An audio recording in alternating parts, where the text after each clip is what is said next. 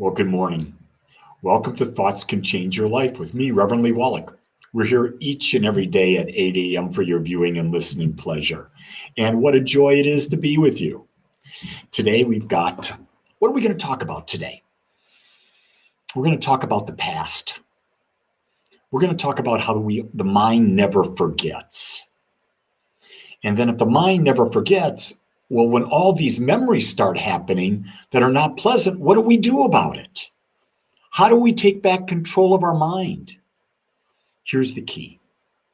You take the event that the mind has stored and you bring it into balance. When you bring that event into balance, it no longer has the emotional charge.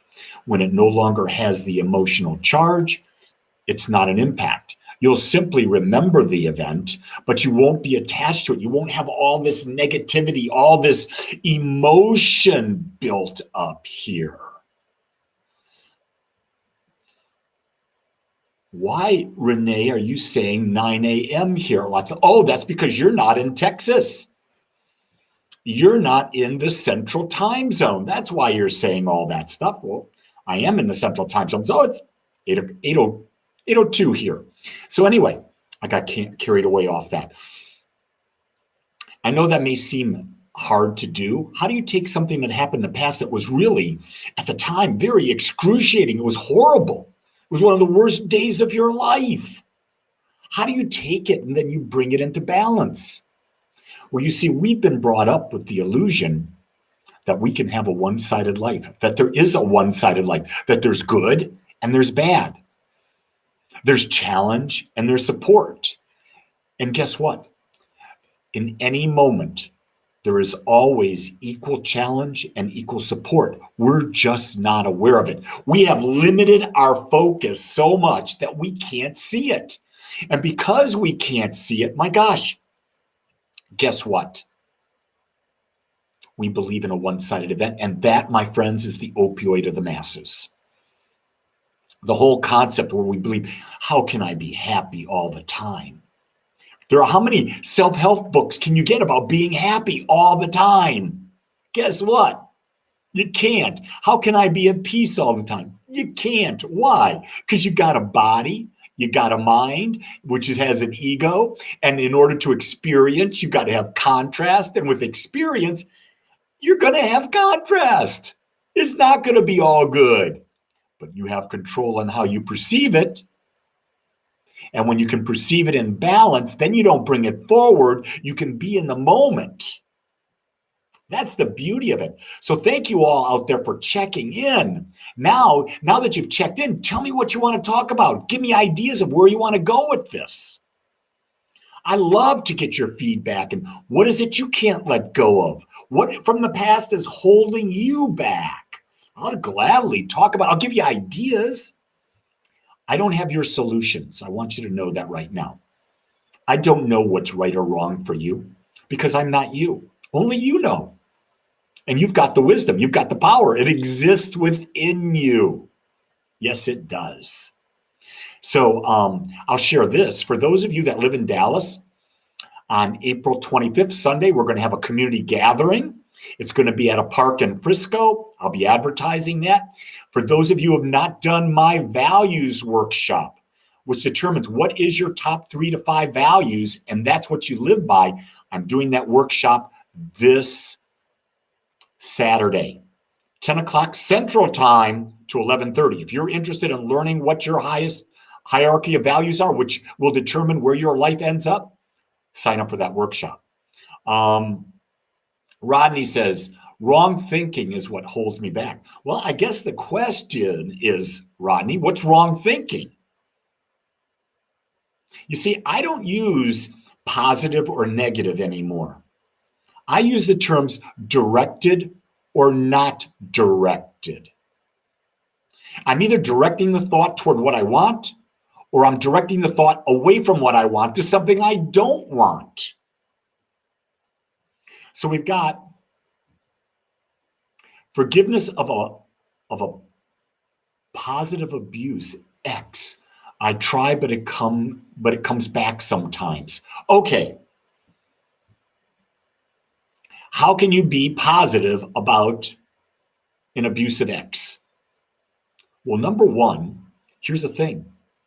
You could only accept as much abuse as you self-abuse yourself. So Renee, the times you spent with that partner and he abused you, I'm assuming it's a he, if he abused you, you were willing to accept it for a period of time until it got to a point when you said, I'm not worthy of this. So what good came out of that? You recognize that you don't need to be in a relationship where you're being abused. And you will never settle for that again. And that level of awareness now is so ingrained in you that you can't possibly be with someone who would abuse you again. That's a huge positive because there's a lot of people out there that don't have that level of awareness. So that's just one idea. And you got rid of a partner who's not in there to support and grow you. So now you can attract someone who will really appreciate you. Linda says, how can I trust people are being honest? You can't. Here's who you can trust, Linda. Can you trust yourself being honest? That's really the key. You can't take, gang, this is one of the hardest things about what we teach. We teach 100% personal responsibility. Not for what others do, but what you do, what you think, and how you respond to things. So who can you trust? Only yourself. Here's something I teach in my values thing. You can only trust someone to live up to their highest values. You cannot trust them to do what they say, because if it's not a high value, guess what? They're going to not do it. Great example of that is if you got teenagers. You say, I want you to do your homework. Can you trust them to do their homework? Well, if their highest values are socializing, playing video games, and not listening to parents, which most teenagers are, then you can't trust them to do their homework. I know, I lived it. But you can trust them, they'll play their video games. Rodney says, try to keep peace in balance in dealing with a cheating spouse. Hey, Rodney, why would you try to keep peace in dealing with a cheating spouse? Why would you stay in a relationship with a spouse who's not, unless monogamy is not something you want? I have to ask that question. But if monogamy is what you want, and you feel you're worthy of having a spouse who's monogamous, the question I ask is, why do you stay in a relationship with someone who's not in tune with something that you have a high value on? I don't know. I don't know what your answer is. But I would be asking that question because you know what? I'm worthy. I'm worthy of having the life of my dreams. Question is, how worthy do you feel? Rodney says 14 years of marriage. Yeah, so what? Do you know what, Rodney? I'm just going to be honest with you. There are about 3.3 billion women in the world. If you're heterosexual, surely out of that one, there'll be one that will want to be in a relationship with you that will honor the agreement of monogamy, if that's what you want, and they will be there to support and grow you, and it won't be such a challenge. We bought into the idea, well, it's a challenge, got to stay with it. No. Not if the other person doesn't want to play by something that's a basic agreement. Heather says, working on changing my life from letting go of the old me from a traumatic brain injury and turning the corner of mourning the old me is gone. Yeah. See, a brain injury can be good because maybe you lost a lot of memories that weren't serving you, Heather. And you can recreate your brain because you've got the power in you. Remember, there's an infinite power and presence within you. And if you start really affirming and you believing that your body can heal itself, which your body can, oh my God.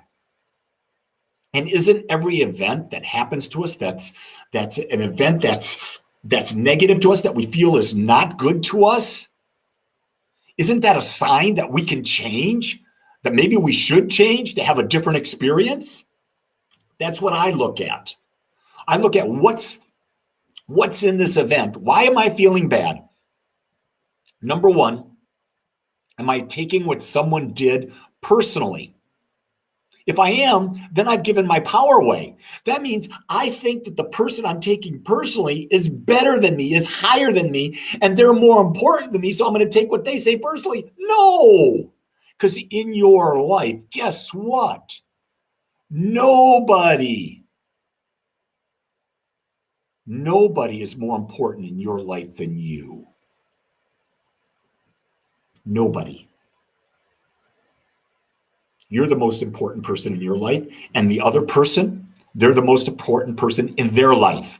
We live in increasing our individual awareness, and then we share, but it starts within us all the time. Oh, Lori says she's jealous of Wendy because Wendy gets to breathe in the cherry blossoms that are in Washington, D.C. Well, here's a key thing, Lori. What if you're allergic to cherry blossoms? So it might be good for you, might not be good for someone else. Heather talks about finding out what really matters. That is the reason for my values workshop on Saturday.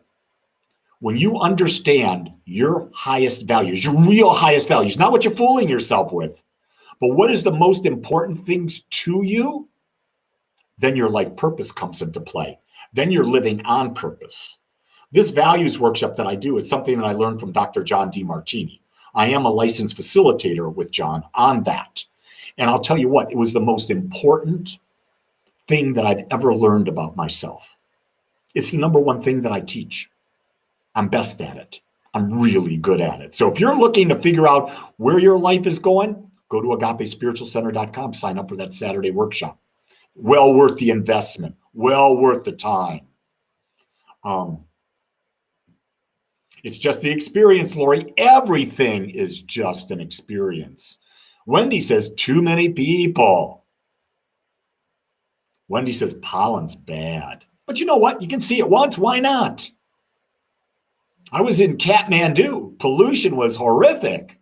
Horrific. But I had to be in Kathmandu to experience it.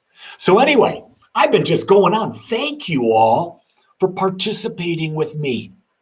Because this is not my show. This is your show. This is where we get the thoughts that can change your life. And we get to explore that together. So thank you for opening up. Heather, Rodney, Lori, all of you who have opened up a bit today, thank you for that. Thank you for being vulnerable. So what I want you to do is I want you to go today and create your best day ever.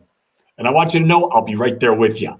So until tomorrow, I love you and I accept you just like you are. Aloha, everybody.